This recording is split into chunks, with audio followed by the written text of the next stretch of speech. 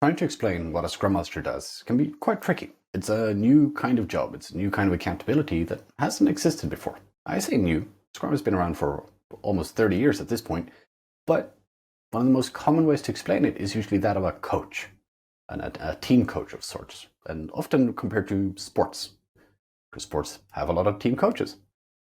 But what does that mean?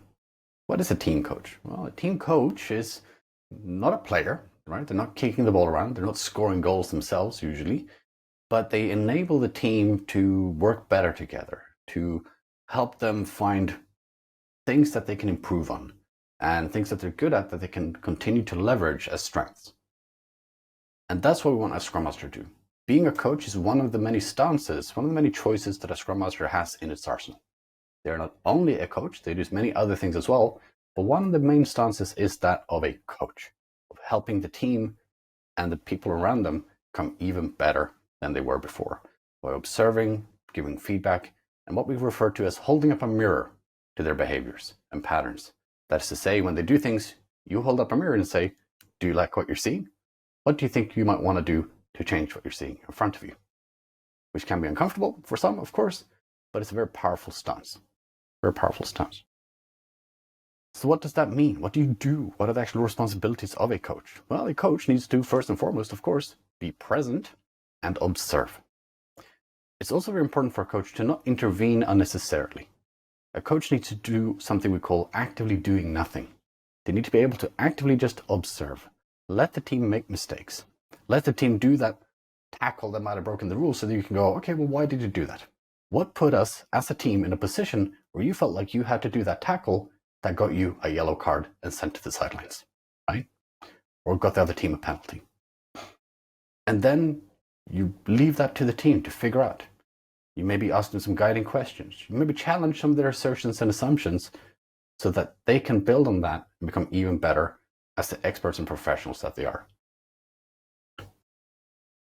So how does that align with being a Scrum Master in general? Again, it's just one of the many parts you do. On top of that, you're of course helping them do better Scrum. You're helping them do better empirical product planning. You're helping them work better with stakeholders. You're bringing everyone back on focusing on the true north of delivering value and achieving the product goal and vision we've agreed to and committed to working towards together. And you're using the coaching stance as an enabler to help everyone work better together and continuously improve so we can get there even easier and even faster and deliver even more value than we might have been able to do without having a coach present. So, how does a Scrum Master acquire coaching skills? That's a tricky one. For me, I've actually never had formal coaching training. I did it probably the dumb way. I did it through trial and error, through practice, and over many years, I acquired a very strong coaching acumen of realizing that the less I provide answers, the more space I give for others to provide answers themselves and find even better solutions and ways to improve on their own. Now, what I have done, because for me, the coaching stance is probably the one I'm least comfortable with. I'm much more comfortable, as you may have guessed, with a teaching stance or mentoring stance. So I've worked with other coaches that I respect and look up to, and I've had them as my mentors and as my teachers, and I've asked them to give me feedback and input and structure on how I can improve as a coach. And it is from them that they've taught me that, yes, you know how to coach. These are the things you do well. These are the things you could do better. I would urge anyone to do the same. Find people whose style are different from yours, but that you admire, that you would like to be able to mirror and adapt yourself and build those skills and traits as part of your own tool set. I also encourage you to go on coaching training. Coaching training is super powerful.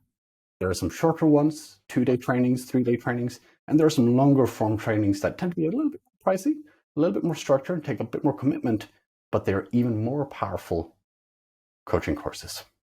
You pick your poison, you pick whichever brand you like, and whatever works for you. Some people in the beginning, they simply cannot justify the cost of a coaching course on top of the other kinds of trainings they're trying to do, in which case, at least find yourself a mentor and someone that you can work with and ball plank off of to improve your skill set. So what is my personal belief on coaching and Scrum Mastery? I think it's a crucial skill. However, it is not the only skill. Don't fall into the trap of thinking the Scrum Master is just the coach, that we only coach. It is one of the skills you have.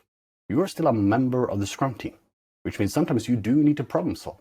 You do need to have a different position, a different stance than that of the coach. Sometimes you might even need to roll up your sleeves and get out in the field and kick the ball around. Because ultimately, your stakeholders don't care who scored a goal, they just care that we win the game.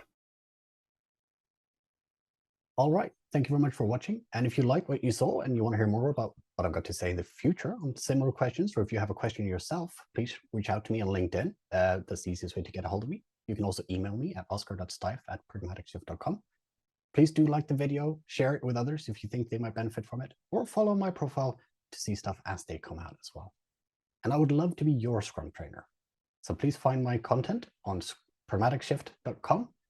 You can find the courses I've scheduled for the year, or on scrum.org.com as well. Look forward to seeing you in my classroom soon.